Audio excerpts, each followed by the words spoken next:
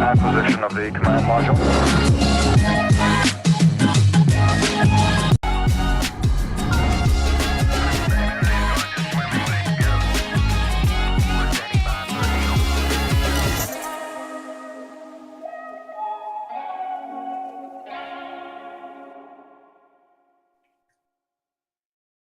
Hello everyone, welcome to a very special episode of Imagination Labs. My name's Stephanie and I'm meeting with you today from the lands of the Walgarookaba and Bindal people. I am a mum to 3 daughters, I'm an artist and I'm also the Vice Chancellor at IMAGI-NATION University this year. And IMAGI-NATION Uni is in the 2nd year of existence, and today we are meeting with some incredible people who are co-founders of the uni in the very first year and have also put forward submissions to become our very first Honours Award recipients for this year. So if you're watching and you'd like to throw any questions into the chat line, please do so and we will do our best to answer them along the way. So now it's time to meet the panel, and I think we'll start with Tanatsiwa. Thanks for joining us today. Thank you for having me, Stephanie. You're most welcome. It's been really great to meet you and connect with you and learn a little bit more about your story through the project that you delivered last year, and then again reading your thesis that you put forward. Would you like to tell the audience where you're from and what project you did last year? All right, so I am from Zimbabwe, and the project I did last year as a writer, I wrote a book regarding to bring awareness on domestic violence and child abuse. Can everyone hear me? Yeah, we've got you. All right. So the reason behind the project was that in our societies, a lot of things happen to us. A lot of things happen in our societies, in our different communities, but we seem to ignore it.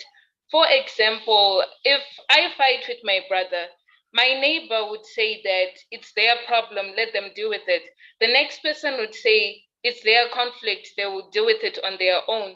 But only a few people realize that the more we do this, the more we drown our community as a global community full of destruction.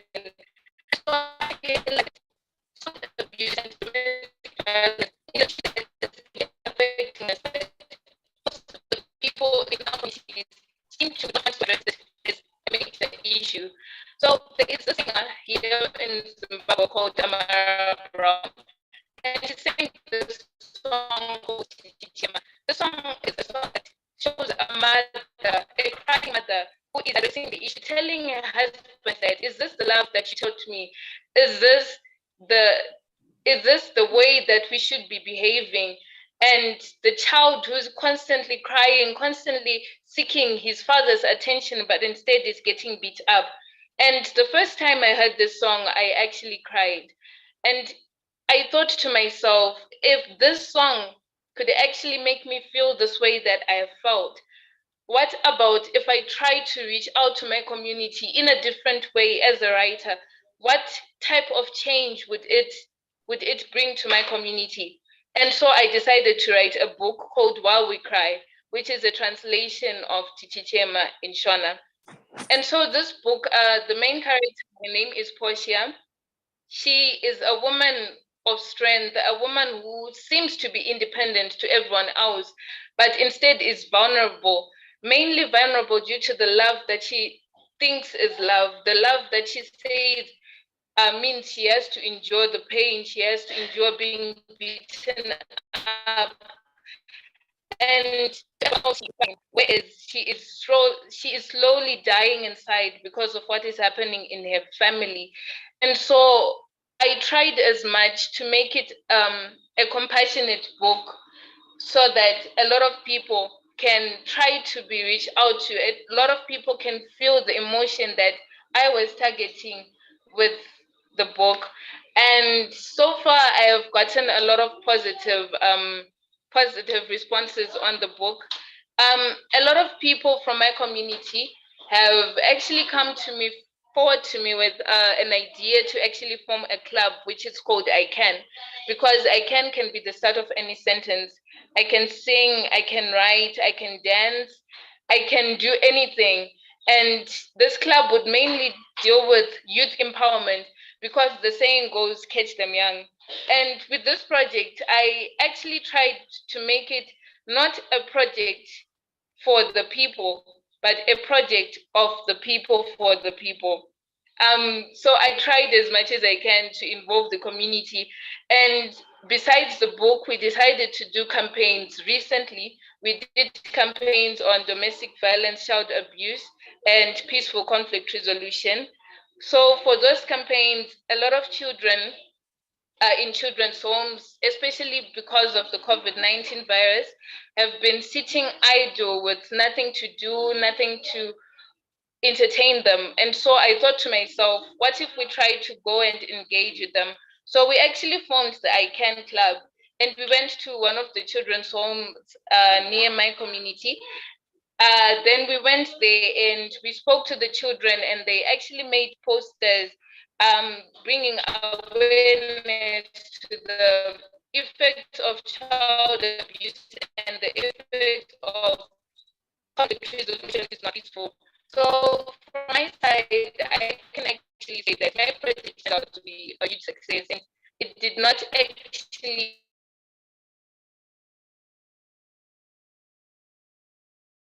I think we've lost you there, Tanitziwa.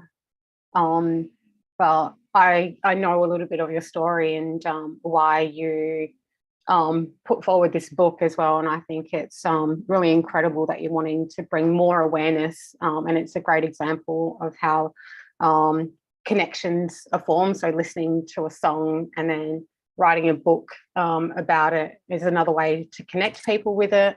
And then that's like inspired people to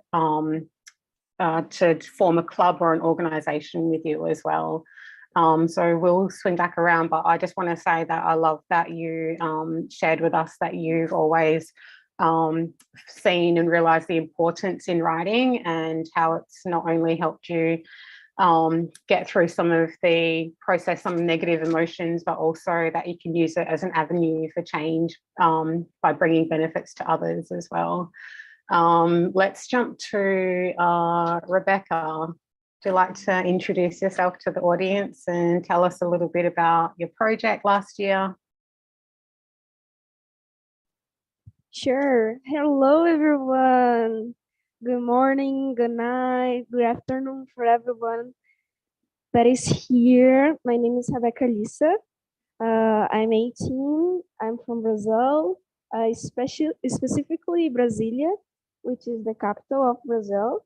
And I'm super excited to be with all of you here today and tell more about my project and about my story. And yeah, so where to start? So since childhood, I always have been conflicting about what I want to do when I grow up. And for me, I always were on a specific track. So there was always a path for me that was already written. So go to school, go to university, and all of those things were already in my journey. And I started to receive a lot of questions about what I want to do in my future, what I want to work when I grow up, what are the courses that I want to do on university, and those questions always have been overwhelming to me uh, because I've never had an answer. I always love it to sing, love it to play instruments, and I don't know, look at the sky, imagine if I was an astronaut. And all of those paths have been in my way. And yes, like I was on this conflict of what I want to do in my future and all of this. And when I started to go to higher grades on school, I kind of lost those curiosities that were already in myself and started to just follow this path, like the tasks, and not question why I am doing those tasks, you know. And I remember that I was on a classroom, and like everyone was paying attention to the teacher, and I was just there like what is the purpose of all of this, and those anxieties of the future were in myself, you know. And when I was in high school, um, I kind of got a bad grade on a test, and this huge task really affected me because I was studying like my whole year, kind of this, um, to be good at this task, and I wasn't.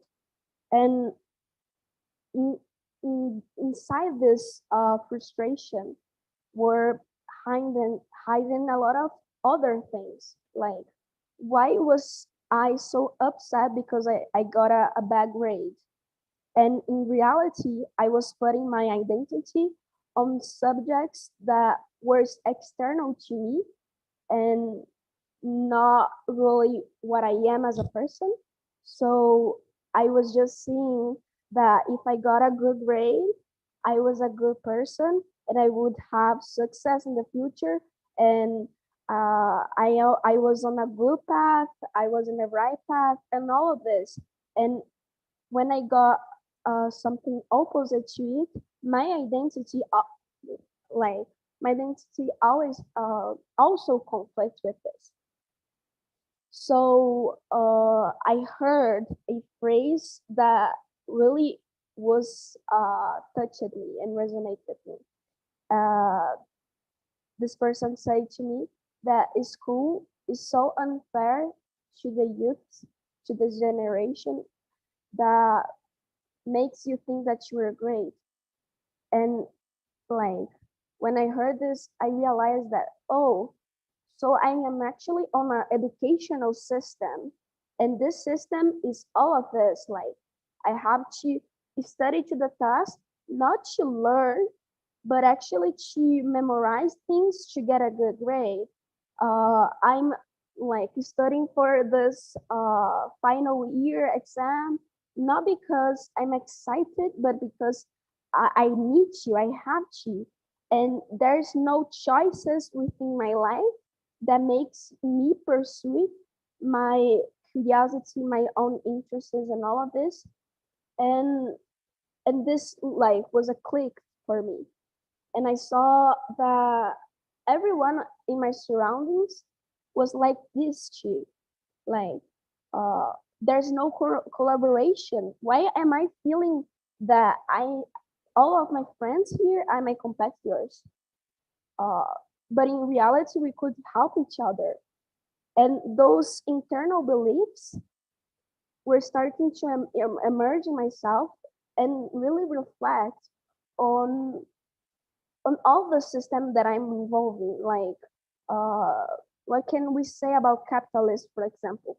It was a model that we already were born in, and we don't question like about the structures, about the exchanges. And when we started to think about all this, we started to see that there's something wrong in the way that we are doing things, you know?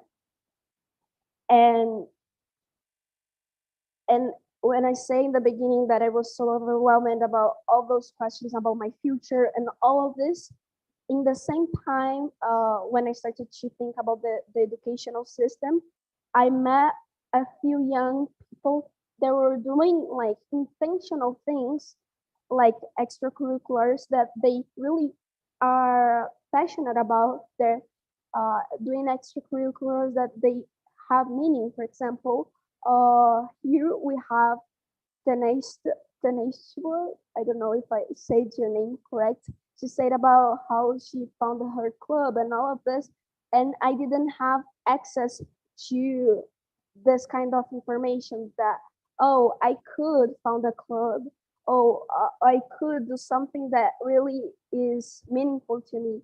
And when I started to uh, have contact with all of you guys that are here, that I listen to this call, I started to realize that, oh, there's Malalas, there's Greta Thunberg everywhere that I see, and people are starting to make impacts on the world in such a young age, and I could do it too. And my life started to tumble like, oh, I'm not just only going to school anymore. I'm going to school and doing other things that are meaningful to me. I'm starting to like see other people that are like founding clubs, engaging in social movements, and I could do it too. You know, so the project that I finished on last year on the AIM program was in with this energy, like how can we hack the educational system by doing meaningful things in extracurricular activities, you know. So the project, in fact, over 500 people, and it's called Taurora, and people were joining in webinars about financial literacy, how to think creatively, and how to found your project, and all of this, and really creating this movement of empowering young people to create, to capacitate themselves for the today's skills world and all of this. So most that I did last year was in this vibe, and and my final thesis for the AIM group was with this in mind, like how could I compilate everything that I learned in this past 3 years and really expose the things that I believe about the educational system and how to hack all of this with youth empowerment. Thank you. There's so much in that. First of all, I think like your reflection on your grades and how that kind of defined success. I think you did a great job in flipping the script on that to, it's almost just redefining success is determining what we see as valuable, right? And the point that you made about collaboration, like you're forced to work alone, and that's not really how the world works. Like diversity creates, it brings in more ideas and creativity, and when you kind of bring two worlds together, then there's another idea that comes out. And I think more singular focus kind of probably leads to nothing, because you kind of specialize, and that's the pathway to maybe the end of anything.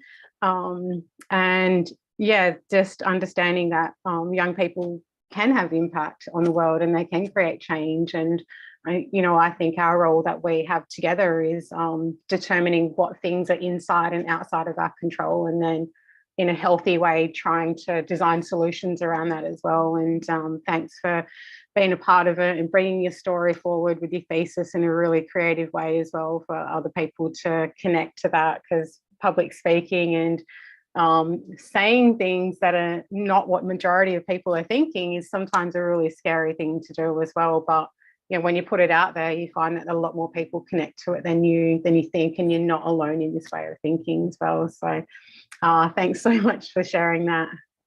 Mahim, I haven't actually met you before, so it's great to meet you today. Hello, I'm Mahim, and thank you very much, Mrs. Stephanie, for this incredible opportunity. So I'm 18 years old. I'm a boy from Bangladesh, and thank you for this opportunity. You're very welcome. Would you like to give us an introduction to yourself and tell us a little bit about the project that you did at the university last year? Yes, of course. So I'm Mahim. I'm 18 Bangladesh. Actually, my name is Mahim Sharir Shohan, and Shohan means know thyself. So I always try to know about more about myself, and I think that is the blueprint of my life. Actually, I always believe that there are two different driving forces that drive us towards the development of our life. That is, one is passion and one is purpose. And I think both of them come together and build a bridge between themselves and result in my project. Actually, let me start from my passion. So I love to be a part in the interdisciplinary field of knowledge. I love to explore different things. So I always ask myself, how can we develop the existing structure of the world to have a greater impact in the maximum number of people? So I love to explore science. I love to explore literature, history, politics, and I worked with different sectors. I worked in award-winning scientific projects. I was an editor in local magazines. I was in a political analyst group. So all of them helped me to have a greater perspective about how to change and how to think about and rethink about the existing structure of the world. So during my journey, I personally suffer from one problem, and then I found out that this problem is not my own. It is a problem of thousands of kids. It is called educational inequity. So after that, I did what I did before. I tried to learn more about this problem. And I found out that both school-going kids and the non-school-going kids are suffering from different corners of the same problem. Some kids don't have that opportunity to access to education. Actually, I myself feel very privileged because I have this type of opportunities. I have access to education, I have access to technology, I have access to some resources that helps me to develop my life. But right now, when we are talking with one another about development, about all the good things, some kids are working under hazardous conditions. And that's the main thing that hurts me a lot. Actually, when a few years earlier, I went to buy some books and notebooks, I found out that some kids who are actually like me in my age was selling that things. So I asked myself that how privileged I am. Some kids are reading those books and becoming educated, and some kids are selling those books and remain uneducated. So then I just learned more about these things and find out that over 6 million kids are in school but can't achieve their learning outcomes. So I think about the whole situation and try to find out a way to help both school-going kids and non-school-going kids. And as I have said earlier, that I was a victim to this problem, that educational inequity, and that led me to a Great Depression in 2020. So it was a hard time. And then I personally experienced about a victim to this problem. Then surprisingly, I found out about this IMAGI-NATION University, I enrolled in it as a global ambassador of equality and learned more about this concept called building and hoodie economics. And I work with some incredible people from all over the world, including Ross, who helped me to find a solution about my problem and the problem of thousands of kids. Then I established a foundation named EduWriters Foundation. It is a foundation of the children, by the children, for the children. So we believe at EduWriters Foundation that change starts from what we have and ends with what we need. So we started with what we have. Students are the greatest resource of our human civilization. So right now, students are helping one another to achieve their learning outcomes. And at the same time, those students are helping non-school going kids to be educated. So I learned that concept called building bridges deeply, and I tried to build more deep bridges between students, between kids from all over the country and all over, irrespective of their classes, irrespective of their financial status and their social classification. So right now we are working both for the school-going kids and non-school-going kids. So during this project, I found out that there is one more thing that we should do. We always talk about education development, about quality education, but the main reason we not are not financially stable. And that's why, as I am from the same country as Dr. Muhammad Yunus, who is the pioneer of a modern microcredit program. So I learned about that microcredit system, and we raised some fund and tried to give microcredits to that to the child workers' family to make them financially stable. And we find out that when they're becoming much more financially stable, they're encouraging their kids to access to education. So right now we are creating an ecosystem, including education sector, including the economic structure, to make our education system much more sustainable, affordable. And here at EduWriters Foundation, we are working on a topic similar to that hoodie economics. We call it experience economics. So here at EduWriters Foundation, people are coming together to share their experience, to be less dependent on money or household income for education. Education system, less dependent on our income, less dependent on money. So yeah, that is all about my project. And I think it started as a project. Now it has become a journey to help myself and a journey to help thousands of kids around the world. Thank you.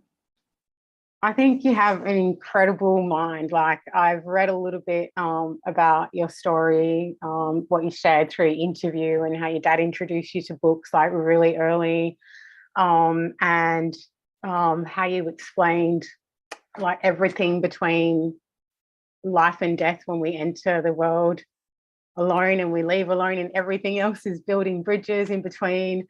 Yeah, and I just want to like show gratitude towards you for shining a spotlight as well on the issues that some of the young children are actually facing, because we can't care about things that we don't know, right? And no one wants this to happen, but if we don't know about it, there's no way that we can do anything to fix it. So thank you for stepping in and shining that spotlight and bringing it to more people as well. How you constantly change your perspective, and you're okay with that as well. I really admire that about you. It's a hard thing for people to accept that as part of reality. Like humans as we are, we're constantly shifting and changing with every interaction that we have. I think that's an incredible outlook to have as a young person. And I think that also probably contributes to your ability to design when you're looking to design solutions, because you have this understanding of how systems work. You can see your place in it, and how solutions can be implemented to almost hack the system, I guess. So yeah, it's incredible to have you as part of our team as well, the co-founders. Thank you so much for sharing that, Mahim. Thank you. Janine, hello, how are you today? Yeah, hi Steph, thanks for having me. No worries, thanks for joining us. Good to see you again. Yeah, good to see you. Would you like to introduce yourself to the audience and tell us a little bit about your project that you delivered at the university last year? Yeah. So I'm Janine. I'm from Melbourne, Australia, which is also known as Nam. And I'm coming to you from the Bunurong country, which is just down by the water, which is really pretty here. I am usually working in education and working with kids and trying to make education better. But I did something different for this project because it all kicked off during the COVID-19 pandemic, as you all know. And my wife was a nurse working on the front line. She was working in the quarantine program.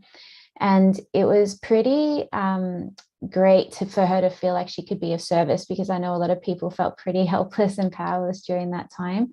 And I was certainly one of those people feeling pretty powerless, but I could also see that for her and her colleagues, it was really hard at times. And because of the pandemic, it was hard for them to find connection with people and their friends. They couldn't go and get their massages to feel de-stressed. They access to people was sort of limited a bit more. So I was trying to think about ways that I could help without having to be in person or in contact or touching people.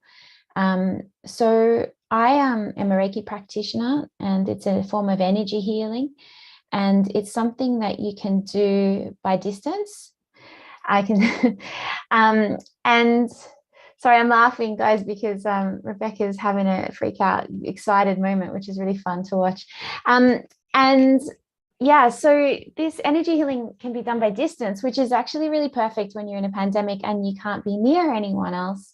And I was able to help my wife with Reiki in person because she was coming home to me, and I'd throw my hands on and give her a little bit of a chill time. But it sort of wasn't sort of putting a dent in her community. So I wanted everyone to be able to access that. So I put a call out to other energy healers and people who could work on distance healing modalities via Instagram. And I started a gorgeous little Instagram page called Healing Hands for Heroes. I'll just show you that one right there. It's real cute. And so I got quite a bit of interest from healers wanting to help. So a lot of people sort of put up their hand and said, yeah, I'd like to donate some time. That's what I was asking for. I'm like, could you potentially donate an hour of your time to a healthcare worker to send them some energy from a distance and help them feel a little bit better with, and stronger to help other people through this pandemic. And yeah, there was quite a few people that put themselves forward. The nurses, on the other hand, are a little bit more shy, but we did manage to find some people through our networks who put themselves forward and were brave and took up the offer. And so between the healers and the nurses, we were able to support 27 people to feel either more empowered in the face of the COVID pandemic, or just to feel like they were getting some care and support and love that they needed during that time. And I guess it was a little bit of a play on the Pay It Forward, the film. I don't know if you've seen that. But it was a really positive experience, really fun. And I've learned a lot through it. I wrote a bit about that in my essay, so Steph will know all about my lessons from that. But yeah, that's what I was working on for my project, basically. Is there anything else I need to add there, Steph? I'm super fascinated with energy as well. And I think, when you have this exchange of energy, people, there's this saying that like time is money from like corporate world, and I don't know, maybe it was drummed into my head from Hollywood and stuff. But time is actually energy, right? It's human energy that we use to earn money, which is something that we just created, but we haven't created energy and we haven't created knowledge. And with Hoodie Economics, what you wrote about is the exchange of that. And I think one of the really important points you brought forward was people feeling valuable enough to receive it as well as part of that exchange being super important. Yeah, I think that was a huge factor for the nurses. I think a lot of them just felt like that was their job, and they were getting paid to do their job. And I don't think they really saw it as going above and beyond and doing the extra by putting themselves in danger the way that they were doing and going through all the extra stresses. So I think that, yeah, that was the hard thing for them, is they didn't feel like they could pay back the healthcare worker, the Reiki, the energy healers. But I guess that wasn't probably the point of what I wanted to do. I wanted to pay them back for their service to our community. But yeah, I learned a lot about the economic model, and I think that energy exchange system, if the nurses felt a little bit more empowered in that, maybe there would have been a little bit more uptake. But yeah, it's all learning. And maybe now's more the time when they'll be open to it. So I've kept the doors open. It's not as active as it was, but there might come a time where I throw at that offer again and see how we go. Yeah, it could be the spark, because it's a blending of two different worlds, right? Like medical world where everything's like procedure and science and take a pill, and then it's like jump on a call and I'll fix you. Like there's got to be a certain amount of I guess self-belief in that as well, that it's something that works. But I'm super fascinated, and I was pretty gobsmacked when you told me when you first started that your hands are so hot that you'd actually hurt people. Learning how to control that and rein it in. Thanks, Steph. Oh, good. And we have our final guest today is Sagnik, who's a regular on Imagination TV. Thanks again for joining us. Thank you for having me, Steph. I'm really bad with controls over here, but thank you so much for having me. This is always such a fun session, and I feel like each and every time I come on these sessions, I feel like our panelists are just so talented. They inspire me so much, and I feel like, oh my God, where am I? So this is really, really great. Yeah, well, that's the whole idea around our unlikely connections, right? Is activating the intelligence of people that'll go on and inspire other people. It's like this drop in the ocean or in the pond with all the ripples continually go out. Sorry, I just need to open my daughter's soft drink bottle. Doing mum duties here as well. Would you like to introduce yourself to the audience and let us know a little bit about your project that you did last year, and take us on a little bit of that journey? I know it was a bit of a roller coaster for you in terms of adjusting and not giving up on your end goal. Yeah, most definitely. By the way, I'm sitting near my window, and people are watching me do crazy stuff, so it's fun. So first of all, I'm Sagnik Roy. I'm from India. I'm 18. And if you haven't guessed by now, I'm literally the only Black sheep that you'll find in this entire area in my whole family. But I think that is something that people should take pride in. It's 2022 now. What are you even ashamed of? So when I joined AIM, honestly, I joined AIM because I saw there was a filmmaking stream. I have always been so fascinated with filmmaking and the filmmaker stream in general. My grandpa, as in my mother's father, he was sort of a theater artist, a director, and that sort of sparked the interest in me to create films or to be in them, to act in them, or even direct films. But I could never do so because I never had the correct pathway or the correct plan. And I sort of wanted to do something like that when I was in grade 8, but then it just did not work out. I didn't have connections. I didn't have the willpower to move ahead and do things when I didn't even know if they would work out or not. But I guess in 2020, things just were very rough for everybody, and even for me. There were so many different things which just made me feel like I'm not going to get through this.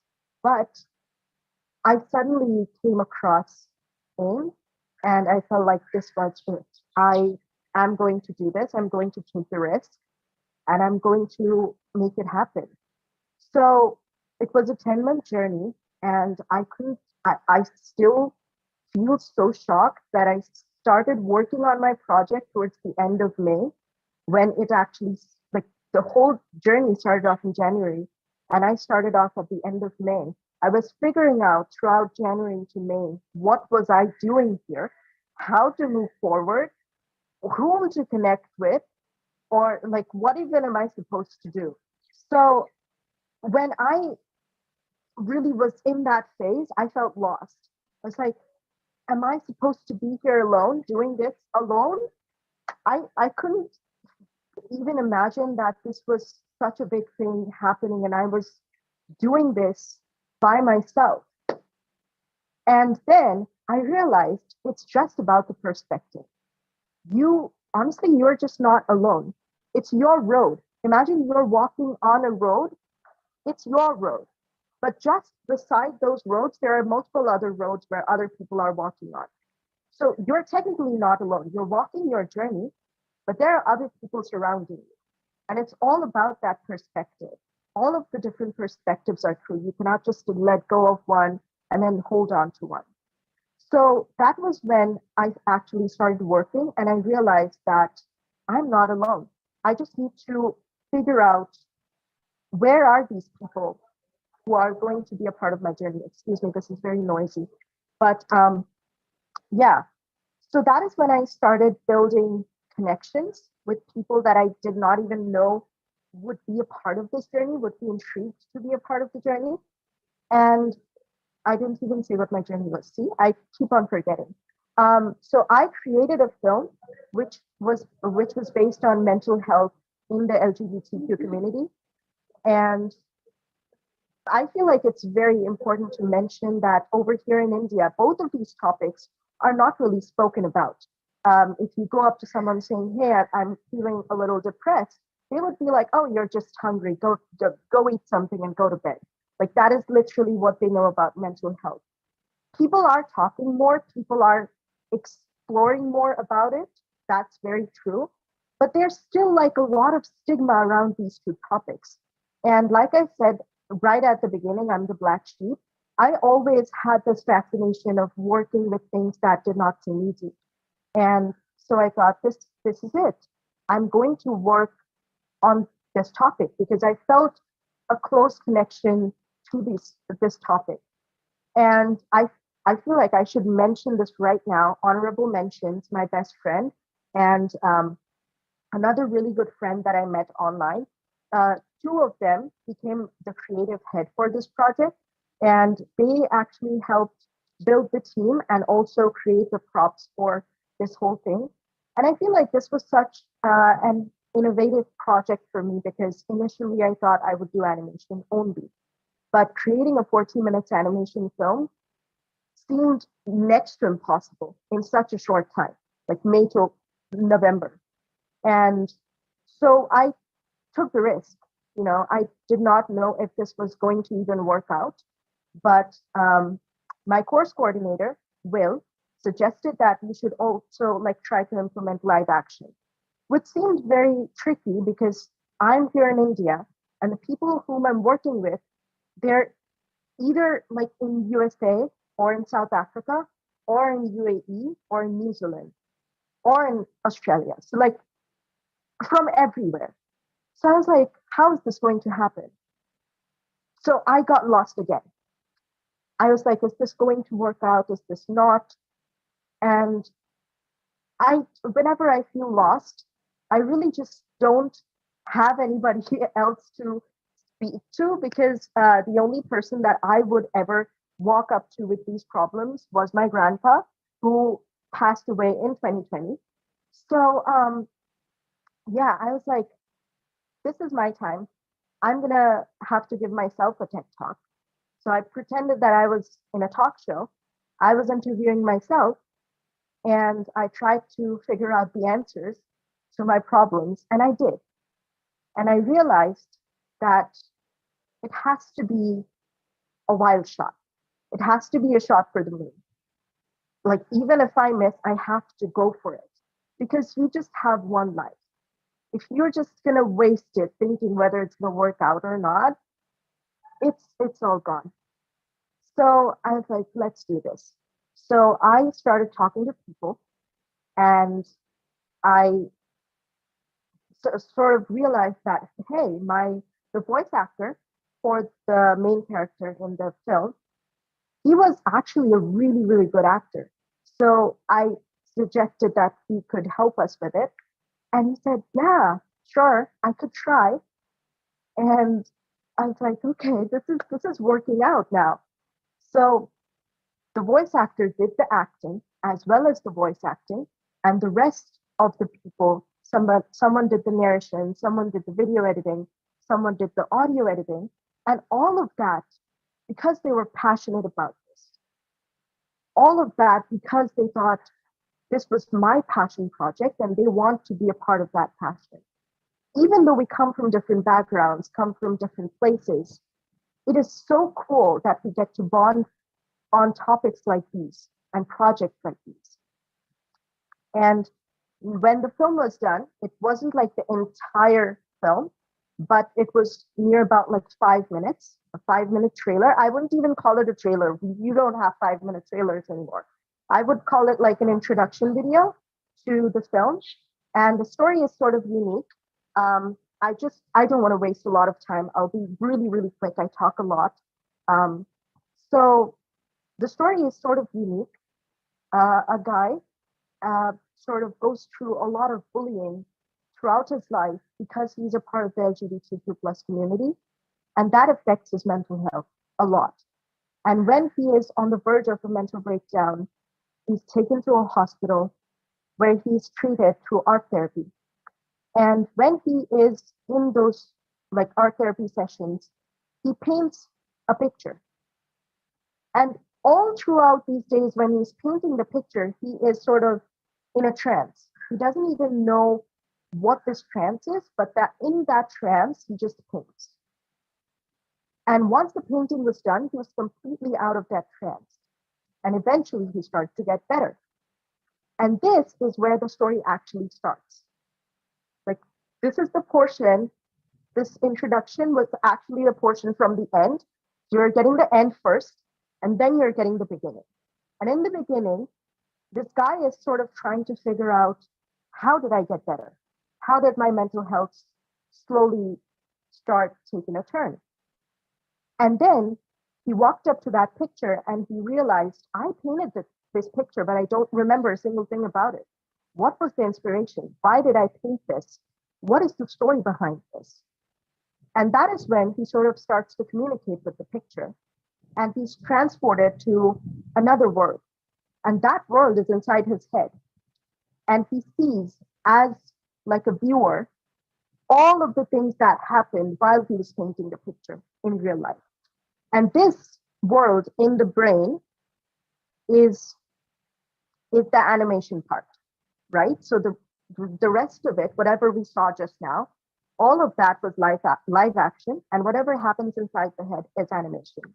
So in this animated world or imagination world, he sees that he becomes friends with someone who helps him open up, who helps him face his fears and defeat a demon. And this demon portrays the demons that we face in our lives and the problems that we face in our everyday lives, and we try to run away from it instead of facing it. So when he defeats this demon, he slowly gets better, he gets out of that trance. So that is how he got his mental health to be better. So the message that this portrays is that in order for you to get better, you need to face your demons and fight it once and for all.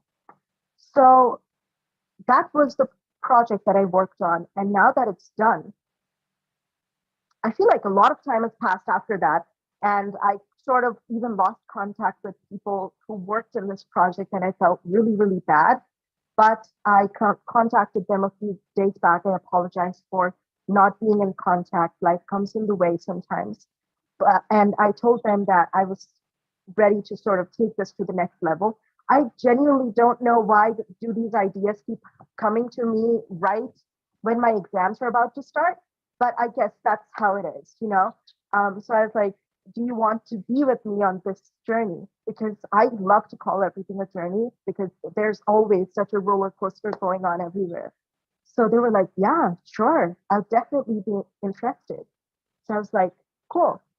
So now what we are planning is we are planning to work with some production company to take on this project.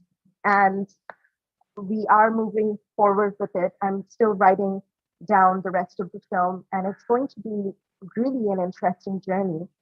And now that the film is done and all, the introduction video is done, I showed it to a couple of my family members. I still didn't release it anywhere into the world, but I actually just wanted to see what their reaction would be, because I come from a very, very conservative background, and I did not know if this would sort of yield the reaction that I was hoping to get versus what I was expecting to get. So when I showed them this video, some of them gave me silence, some of them said, interesting, and the others were like, oh, this is great, this is really nice. And all three of those were insightful. People who said really nice, most of them didn't even understand what was going on. People who were like, who said, interesting. That is sort of the reaction I was hoping I would get, because that told me that I had given them something to think about. And that's all I want when I create a film. I want people to think about it. If it's something that hasn't been spoken about, speak about it, think about it. And the other people who just gave me silence told me that I was on the right track. So I was like, this is good, So that is my project, and that's what I sort of worked with. And before I finish, I just want to say I'm so proud of each and every one of us who are in the panel for everything that we did. And I really wish my best friend was here, because she is so much into spirituality. She would have loved Janine's project. But I really wish we could work together sometime, because we are coming back again to be a part of Imagination 2.0. So we have a special project in mind and hope we could work together, Janine. So yeah, that's it. That's really amazing, Sagnik. And I'm going to give you some responses, but before I do that, I'm just going to let everybody know once I finish replying, I'll open the floor up. So if you have any questions or any responses that you'd like to share before we wrap up the show, start thinking about them now. Yeah, so much in that, Sagnik. I think when you said that your grandfather was in film and you didn't have like the correct pathway, what is the correct pathway? There's what is it? We get told that you have to have a degree and do all of these different things, but you can make a film if you want to make a film, find the right people to do it. And I think all of that, your journey was organizing change as well. And those people were being super adaptive with you as things changed and moved, and you found a way to get them super invested in the story, so that these connections, like, you help lift each other up, and it's not this lone journey where you think you're doing it on your own. So I'm really glad that you found that energy as well. And those connections just create more access, right? So it's removing the barriers so that you do have tools to create a pathway if one's not there, or you find one that someone's made maybe 100 years ago. Everything we have has always been here, and we're just recycling ideas and knowledge and resources even into new things. And I really appreciate the fact that you went there personally in talking about your own struggles with mental health. I know that's not an easy thing to do, and I'm 40 this year and finding ways to deal with that. And I'm doing that through art as well a lot of the time. So I've got this really incredible piece now that I feel is lots of meaning in it. And I think that when you learn something from those really tough moments is sometimes, for me anyway, where the pain is not as strong or the pain's removed from those situations. And when you can put that out for other people, to hear and connect to, that sort of helps you heal from any of the mental abuse or any of the traumas that you've kind of faced as well.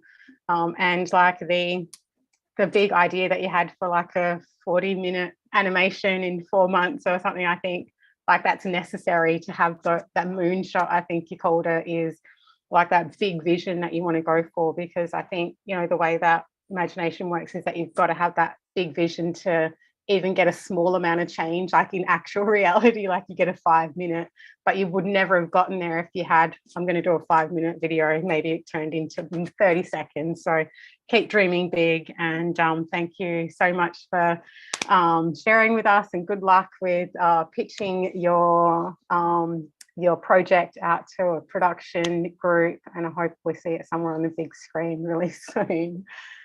So do you have any comments for each other? Yeah, can I want to say, sorry. Oh, you can go. I want to say that I'm super glad to just listen what you are up to. Like, it's super beautiful to listen about the projects that you're doing. And like I said, I feel that every time that I meet young people like you, I feel that I'm talking to like celebrities. And it's super cool because like we are such on an early path that I can't even imagine how you guys will be on like 10 years or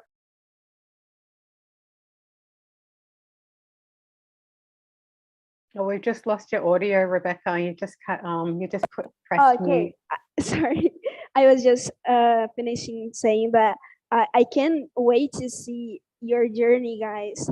I can't wait to see the potentials that you have, that you bring to the world, and it's super beautiful what all of you is doing. And special thanks to Stephanie and every AIM production that is doing everything here. Like I really appreciate your ability to listen to us, Stephanie, and really commenting about what we say. And I don't know about you guys, but I really feel that I've been heard when Stephanie comments about what we say, and that's totally amazing, guys.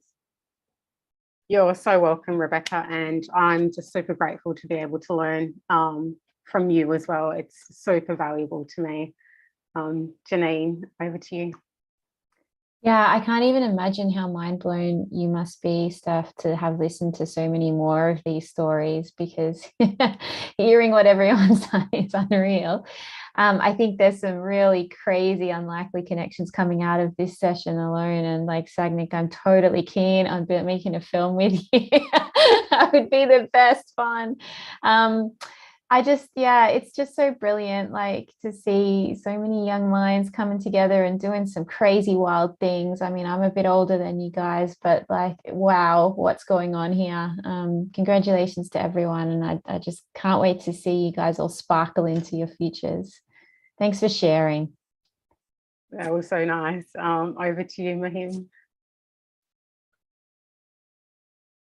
So actually, after being a part of this session, it reminded me a quote. It is a very old proverb. It says, if you want to go fast, go alone.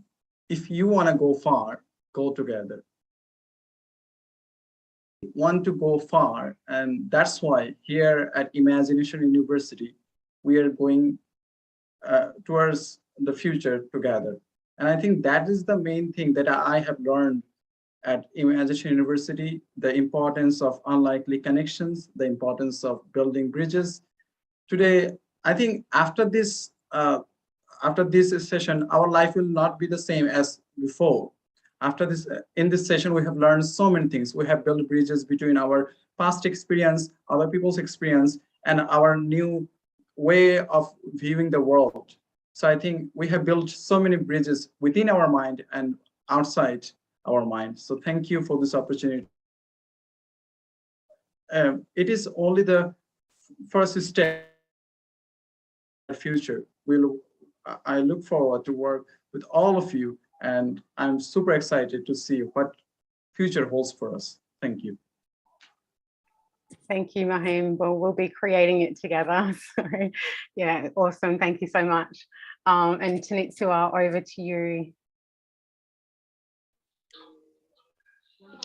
I would like, first of all, to thank everyone at AIM and IMAGI-NATION University for creating a platform where people from different nationalities, different backgrounds, different cultures can unite with one end goal. And just creating that platform, which is full of diversity and inclusivity, enables us to create change that can leave no one at no place behind. And I am very grateful to have been part of this episode, meeting these great people who have developed this great project. And even the littlest bit of change that we do in our communities joined together actually makes a great impact in achieving world peace, in achieving a fairer world for everyone, a peaceful world. There's this song which I like, which goes like, this is not the world we had in mind, but we have got time. I love music a lot, so I learn a lot from it. And it's true that we still have time to be the change that we want to see. And just taking these small steps that we have been doing, these small steps actually make a great impact. So I would like to thank everyone here for being part of my journey of life, this journey of life, for being part of this journey at AIM and making wonderful, brilliant projects that are beautiful beyond word description and can actually help us in achieving a fairer world. Thank you. Thank you so much. Yeah, that little bit of change, that all connects together. I had a bit of a realization this year that, well, I've probably always known this, but like, it's not my responsibility to change the world. It's my responsibility to change myself, and then hope that people will connect with that. And that's where the little connections and impacts kind of flow on. And Sagnik, I see you've got your hand up for a comment as well before we wrap it up. I've said whatever I wanted to say. I just wanted to, people have said this before, but honestly, thank you so much, Rebecca. Thank you so much, Steph, for remembering everything that we said. Thank you so much for being such an amazing host. These sessions are always so amazing with you. So yeah, and thank you to everybody for just making these sessions so special always. And I hope to see so much more of these groundbreaking projects in future as well. So yeah. Yeah, well, we're just getting started, aren't we, with the university? Our second year is kicking in, and we're actually kicking off with some ambassador episodes in May every Wednesday. We're all the new, calling them global ambassadors of equality this year. Will be joining us to do exactly what you've done, and hopefully this time next year we're sitting with 50 Honours Awards finalists and working towards another year at creating change and educational equity for everyone. So thanks for joining. We're gonna leave you now with the launch film, and if you're interested in applying and you're seeing this somewhere out in the world, jump onto our website and come and join this amazing crew. Good night.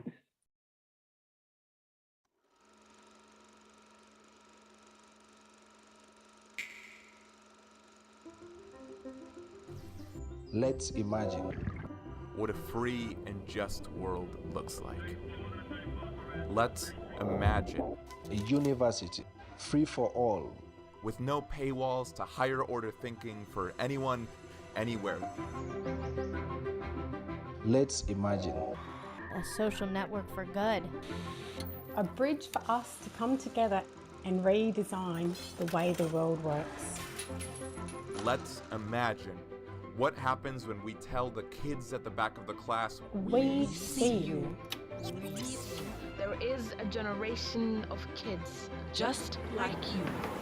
Let's imagine school students, university students, teachers, executives, citizens coming together to work on a curriculum designed for a future that we hope to build.